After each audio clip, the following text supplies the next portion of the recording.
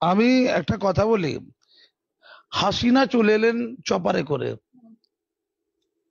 কয়েক কোটি তার অনুগামী আওয়ামী লীগের সকলকে ফেলে। তার নিজের জীবনের মূল্য আছে, আর আওয়ামী লীগের বাকিদের জীবনের কোনো মূল্য নেই। একেই বলে শোষক শোষিত। উনি আমাকে বলছিলেন, বাংলাদেশে আমি দেখেওছি, আমি একটু আগে যেটা বলছিলাম, ওনার ঘরের পিয়নের কাছ থেকে 400 কোটি টাকা পাওয়া গেছে।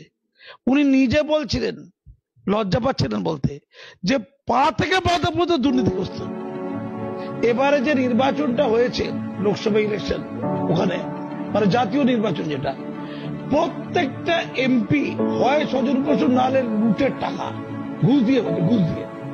আমি নিজে তার প্রমাণ, আমার কাছে প্রমাণ আছে তার।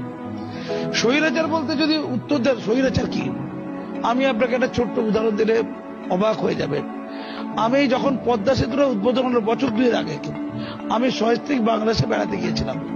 ঢাকা থেকে যাচ্ছিলাম বরিশালে, লক্ষ্য ছিল কারে করে যাচ্ছিলাম পদ্মা সেতুটা দেখবো, ওইটা দিয়ে যাবো।